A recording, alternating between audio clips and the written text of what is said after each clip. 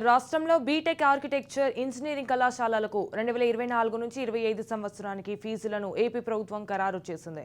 ఇంజనీరింగ్లో బీటెక్ కోర్సులకు గరిష్టంగా 1.3 లక్షల నుంచి 1.5 లక్షలు, కనిష్టంగా 40,000 చొప్పున నిర్ణయించారు.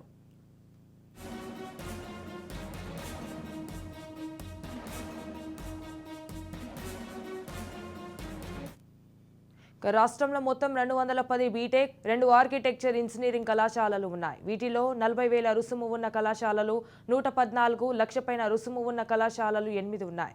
2 ఆర్కిటెక్చర్ కళాశాలలకు 35,000 చొప్పున రుసుము ఖరారు అయింది. ట్యూషన్, అఫిలియేషన్, గుర్తింపు కార్డ్, మెడికల్, ఆటలు, సాంస్కృతిక కార్యక్రమాలు, ఇతర విద్యార్థి కార్యకలాపాలు తదితర ఖర్చులన్నీ ఈ రుసుములోకి వస్తాయి. అదనంగా కళాశాలలు వసూలు చేయకూడదు.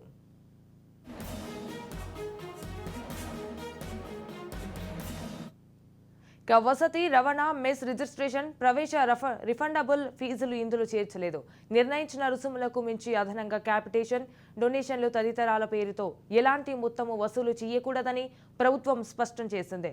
అలా చేసే వారిపై చట్ట ప్రకారం జరిమానా విధించడంతో పాటు న్యాయపరమైన చర్యలు తీసుకుంటామని హెచ్చరించింది. పెండింగ్లో ఉన్న రిట్ పిటిషన్లపై ఆంధ్రప్రదేశ్ హైకోర్టు తీర్పునకు లోబడి రుసుములు ఉంటాయని ఉత్తర్వుల్లో ఉన్నత విద్యాశాఖ కార్యదర్శి పేర్కొన్నారు.